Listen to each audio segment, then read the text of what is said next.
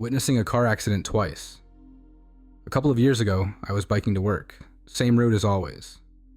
I had stopped at a crosswalk, idly checking my phone, when I heard the telltale screech of tires. I looked up just in time to see a red pickup truck blow through a red light and slam into the rear driver's side of a black BMW. The crash was brutal. The BMW spun hard, violently enough that it nearly flipped. One of its tires ripped clean off and flew into a nearby parking lot, smashing into a parked car. The pickup, knocked off course, veered straight for the sidewalk and plowed into a light post. Miraculously, 3 pedestrians jumped out of the way just in time. The noise was deafening. Metal crumpling, glass shattering. But then, silence. Total silence, except for a blaring car alarm. Everyone stood frozen. Stunned. That's when my EMT training kicked in. I'd taken a course months prior, not enough to make it a career, but enough to know what to do, and told everyone nearby not to move the driver, but to check if they were responsive. I described everything to the operator, every detail I could remember. But then, someone shouted that there was a baby in the BMW. My gut twisted. I looked up to confirm the street signs so I could relay them, and when I glanced back, nothing. No wreckage, no debris, no crash, just a regular street. Silent, clean, untouched. I must have gone pale. The 911 operator asked if I was okay, and I mumbled something like, "What the fuck?" I told her the accident must not have happened. I apologized, confused, and embarrassed. Then, just as I was about to hang up, boom. The exact same crash unfolded before me. Same vehicles, same violent spin, same torn off tire. This time, I saw everything clearly. The operator heard it too. She asked if a crash had just occurred. I told her yes, and she dispatched help immediately.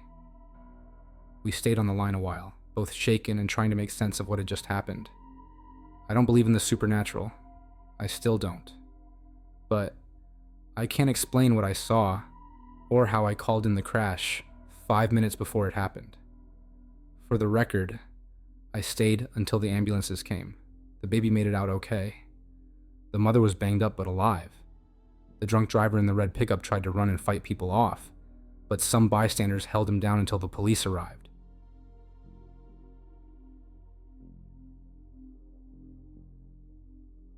A glitch on the beach.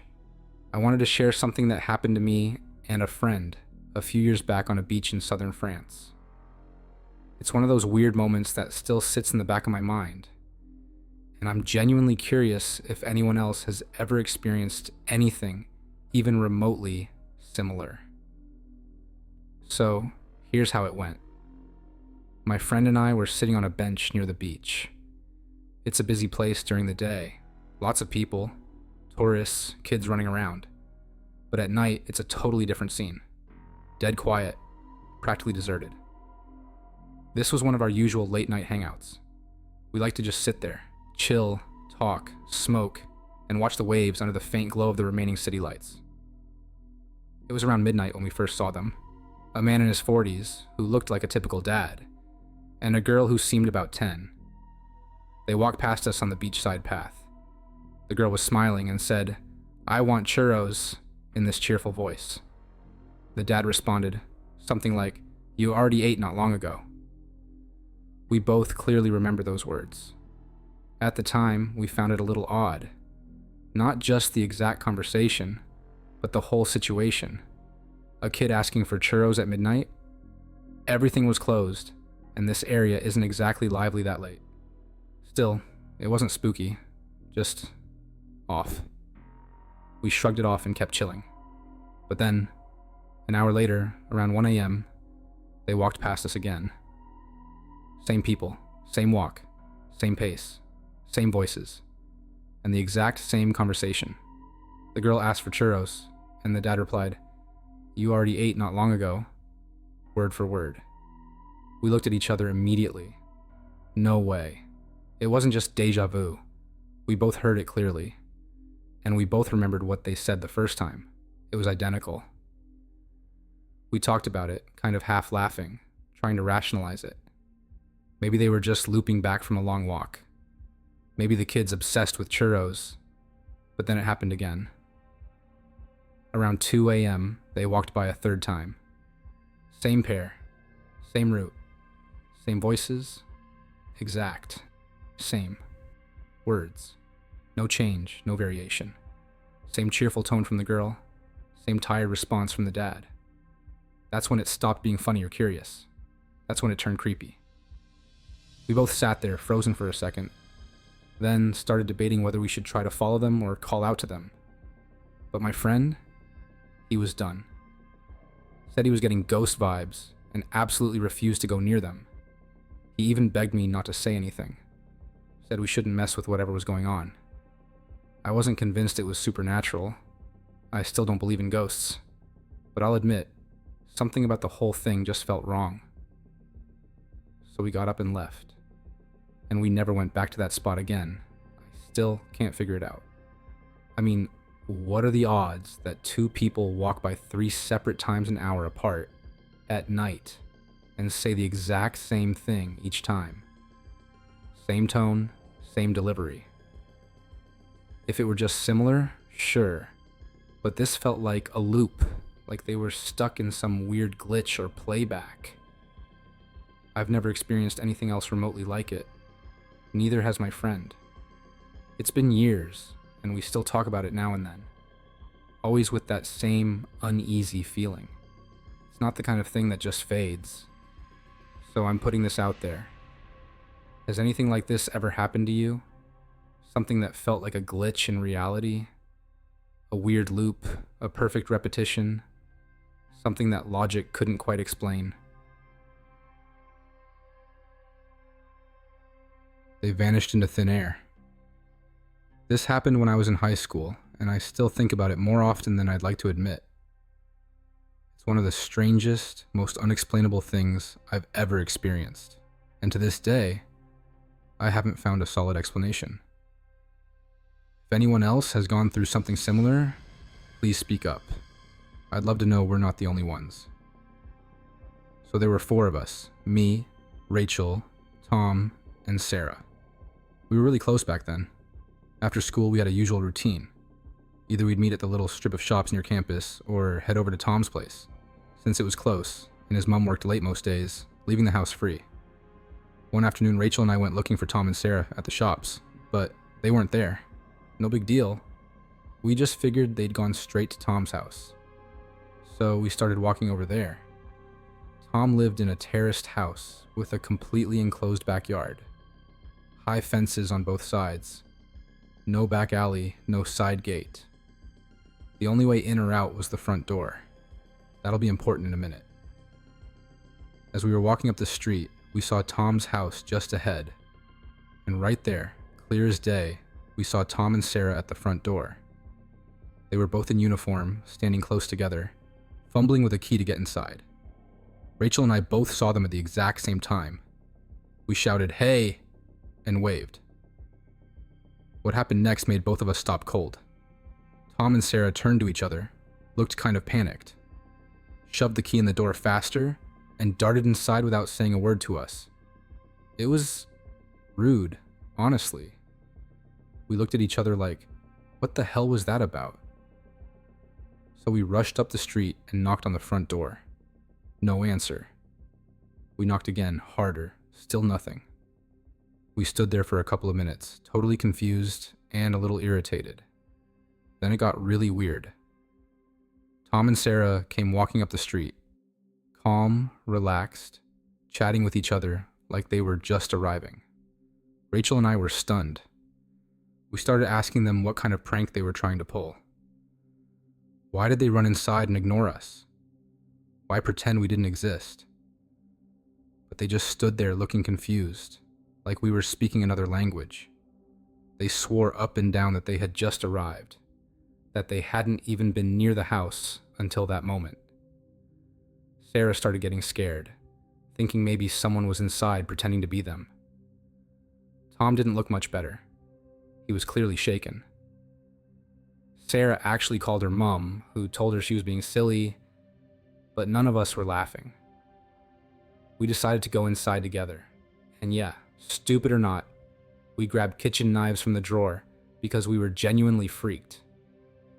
We searched every room, every closet, every possible hiding place in that house. No one was there. No sign that anyone had been there. Nothing out of place. And here's the part that still messes with my head. There was no possible way for whoever we saw to leave the house without us seeing them. We were standing right in front of the only entrance. The backyard was completely closed off. If someone had come out, we would have seen them. But we didn't. They just vanished. Rachel and I know what we saw. We both saw Tom and Sarah at that front door. Their uniforms, their faces, their exact body language. It was them. No mistaking it. And we both heard the sound of the key in the lock. It wasn't some vague shadowy figure or something we could write off. It was them. But it couldn't have been. Afterward, we sat in the living room trying to make sense of it, but there was just nothing to say. It was like we'd seen a glitch, or a playback of something that hadn't happened yet, or had already happened and repeated. Maybe they were doppelgangers. Maybe it was some freak mental coincidence. I honestly don't know, but it still gives me chills to think about it. It happened once, never again. We didn't hallucinate. We didn't imagine the same thing at the same time. We saw what we saw. I think I respawned after my birthday. So this happened the day after my birthday, and I know how it's going to sound, but please read it all the way through. I'm not saying I'm gone, but something definitely shifted, and I don't think I'm in the exact same version of my life that I was before. It started simple. A freezing cold morning. I had spent my birthday with my girlfriend at her place, and I had to wake up around 5 a.m. for work. I didn't feel tired, but I blasted the heat in the car anyway, and started driving like usual. Then, boom, everything changed. I don't know if it was micro sleep or something else, but 1 second I was driving normally, and the next thing I knew, I was way farther down the road than I should have been, and I was about 2 meters away from slamming into a car in the left lane.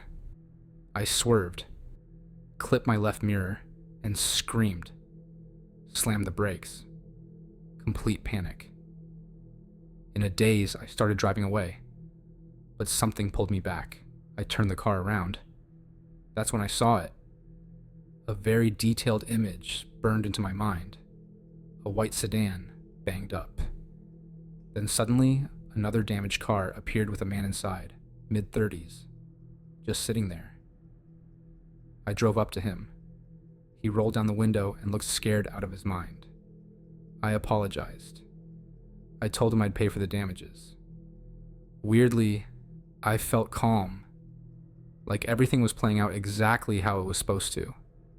I even joked, "Sorry, mate, I don't know what happened." It was like I was watching myself from outside, playing out a scene that had already been written. He accepted my apology and offered to cover the damage. I didn't tell my parents right away, just a few close friends. But here's where things got weird. My friends all asked the same thing. Why did you go back? Like it was the last thing I should have done. They weren't concerned about the crash. They were confused about me. Only my girlfriend spoke to me like a normal person. Then, more strangeness started piling up. My dad looks younger now, noticeably younger. Not like he got a haircut younger, like years younger. I've caught myself staring at him, wondering if my memory's playing tricks on me. But I know how he looked. This isn't it. Then I realized I'd apparently been playing Darkest Dungeon for a week. Steam says so. But I completely forgot owning it. Never even remembered downloading it. More little things. My friends remember events I don't. Hangouts, casino wins, even entire stories I was supposedly part of. My girlfriend swears we met up with friends at a cafe multiple times. I have zero memory of this. I don't remember winning any money. I don't remember spending it either, but they all insist I did. My own voice sounds deeper to people. They say I've always had a deep voice, but I was known as the squeaky one in school. I remember that. And the worst part, I look different. Not a lot, just off. I catch myself in the mirror sometimes, and it's like something's just slightly out of alignment. It's been over a month. I've kept all the weird stuff to myself, mostly. People already think I'm acting different, and they're not wrong. I feel different. It's like my memories are from one version of my life, but now I'm living in another. The main path I was on maybe ended that morning in the car, and now I'm somewhere just next to it. Close enough that everything mostly fits, but not quite. Sometimes I think maybe I did die in that car. Not in a dramatic movie way. Just quietly. Slipped away and woke up somewhere else, where I survived instead.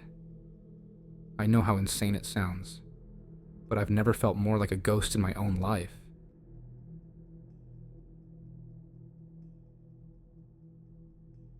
My first glitch. 2 days ago, I woke up, went into the bathroom, looked in the mirror, and noticed that one of my earrings was missing. It was a diamante stud that I wear in the same hole as a small hoop-style stud. I clearly remember thinking, oh, I've lost one of my earrings. I told my husband, and when we went into the bedroom I said, it's probably in the bedding somewhere, both parts. Can you keep an eye out for it, please? He said, yeah, sure. We'd slept under the duvet the night before, but because it got hot, the night after that we slept on top of the bedding, just under lighter blankets. I didn't really have time to search for the earring, especially since the next morning I had a dentist appointment. I looked in the mirror again while getting ready and thought, great, now I'm going to show up with just one earring in and look a bit odd. But I didn't have time to care. I just went on with my day. The next night we went to bed again. Still no earring, no sign of it, and no searching. Because again, we slept on top of everything.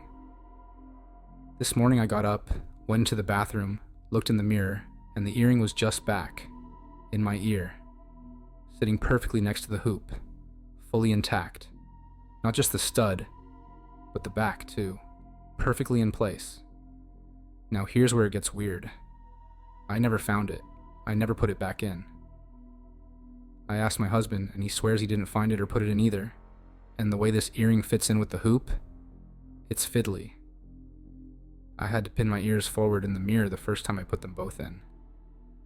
It's not something I could do in my sleep, even if I were a sleepwalker, which I'm not.